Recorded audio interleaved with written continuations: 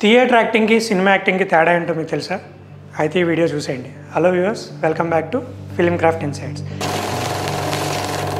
ఈ వీడియోలో మనం యాక్టింగ్లో ఎన్ని రకాలు ఉంటాయి, ముఖ్యంగా రెండు ఇంపార్టెంట్ రకాలు, వాటి గురించి మాట్లాడుకుందాం. అదేంటంటే ఒకటి theatre acting and film acting. ముఖ్యంగా ఫిల్మ్ యాక్టింగ్ నేర్చుకునే వాళ్ళకి దీని యొక్క తేడా తెలుసుకోవడం చాలా ఇంపార్టెంట్ అండి. థియేటర్ యాక్టింగ్ అనేది ఎలా ఉంటుందంటే, మీరు లైవ్లో ఉండడం వలన డైరెక్ట్గా ఆడియన్కి మీరు ఎదురుగుండా ఉండడం వలన ఏమవుతుందంటే, లాస్ట్ ఆడియన్ రీచ్ అవ్వడానికి కొంచెం మీరు ఎగ్జాజరేటెడ్ ఎక్స్ప్రెషన్స్ ఇవ్వాల్సి ఉంటుంది. అది వాయిస్లో కావచ్చు, ఫేస్లో కావచ్చు, కళ్ళల్లో చూపించే ఒక ఇది కావచ్చు, ఇంటెన్సిటీ కావచ్చు. కొంచెం ఎక్కువ పెట్టకపోతే ఏమవుతుందంటే చివరున్న ఆడియన్కి రీచ్ అవ్వడం కొంచెం కష్టమవుతుంది.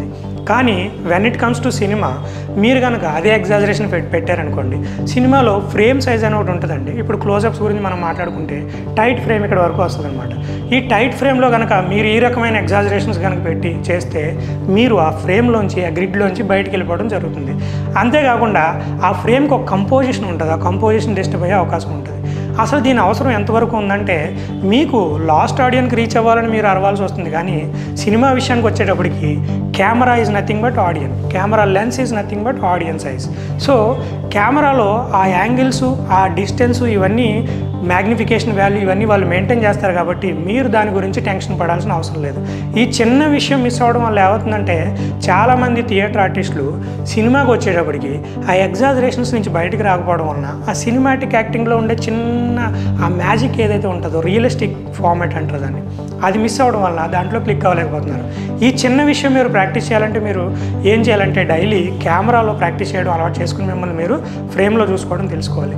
ఇంతేకాకుండా మీరు జెస్చర్స్ వాడే విధానం, మీరు నడిచే విధానం, మీ యొక్క పోస్చర్, ఇవన్నీ కూడా సినిమాటిక్ యాక్టింగ్లో ఖచ్చితంగా థియేటర్ యాక్టింగ్కి వేరేగా ఉంటాయండి. ఎందుకంటే సినిమాటిక్ యాక్టింగ్లో వాయిస్ కూడా మీరు పెంచవలసిన అవసరం లేదు. ఎందుకంటే డబ్బింగ్ అనే దాంట్లో మైక్ మీ దగ్గరగా ఉంటుంది. మీరు జస్ట్ క్యారెక్టర్ యొక్క డిస్టెన్స్ని దృష్టిలో పెట్టుకుని మీరు మీ యొక్క ఆడిబిలిటీ వాల్యూని మెయింటైన్ చేయాల్సి ఉంటుంది. కానీ థియేటర్ యాక్టింగ్లో లాస్ట్ ఆడియన్ని దృష్టిలో పెట్టుకుని మీరు అరవాల్సి ఉంటుంది. ఇంకా మీరు పక్కన పెడితే థియేటర్ యాక్టింగ్లో లైవ్ పర్ఫార్మెన్స్, దాంట్లో కట్లు ఉండవు, ఏముండవండి. ఇప్పుడు ఫర్ ఎగ్జాంపుల్ 1 minute అంటే ఒక పేజ్ అండి. అలా మీరు 2 hours ప్లే తీసుకుంటే, తనిఖీల బన్నీ గారు రాసిన కుక్కర్ అనే ప్లే ఉందండి. అది 1.5 hours or 2 hours ఉంటుంది.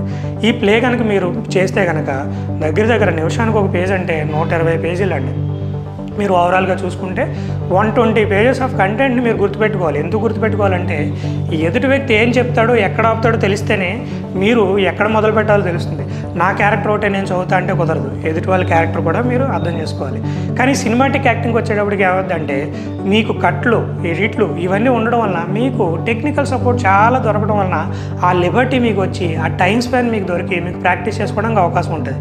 కానీ దీంట్లో ఉండే కష్టాలు దీంట్లో ఉన్నాయండి. ఎందుకంటే మీరు కనుక డీప్గా ఇన్వాల్వ్ అయిన టైంలో డైరెక్టర్ కట్ అని చెప్పి ఇంకొక యాంగిల్లో మళ్ళీ దాన్ని కంటిన్యూ చేయమంటే మీకు ఎమోషనల్ కంటిన్యూటీ అనేది ప్రాబ్లం అవుతుంది. సో రెండిటిలోని మీకు ఉపయోగాలు ఉన్నాయి, కష్టాలు ఉన్నాయి, నష్టాలు ఉన్నాయి. రెండింటిని క్లియర్గా అర్థం చేసుకుని మీరు దేంట్లో మీ కెరీర్ చూస్ చేసుకుందాం అనుకుంటున్నారో దానికి తగ్గట్టుగా యాక్టింగ్ నేర్చుకుంటే మీకు ఉపయోగపడుతుందని నా యొక్క సలహా. ఈ వీడియో కనుక మీకు నచ్చినట్టయితే దీన్ని లైక్ చేయండి, షేర్ చేయండి. ఇలాంటి మరిన్ని వీడియోస్ కోసం మేము కింద డిస్క్రిప్షన్లో ఇచ్చిన లింక్ని కనుక మీరు క్లిక్ చేస్తే మీరు మా యొక్క WhatsApp, Instagram, broadcast, Telegram channels మీరు ఫాలో చేయొచ్చు. అంతేకాకుండా మీరు బాగా నచ్చిన థియేటర్ ఆర్టిస్ట్, లేకపోతే మీకు బాగా నచ్చిన సినిమాటిక్ యాక్టింగ్ చేసే ఆర్టిస్ట్, రెండూ బాగా చేసే ఆర్టిస్టులు ఎవరో మా కామెంట్ బాక్స్లో మెన్షన్ చేయండి. Thank you so much.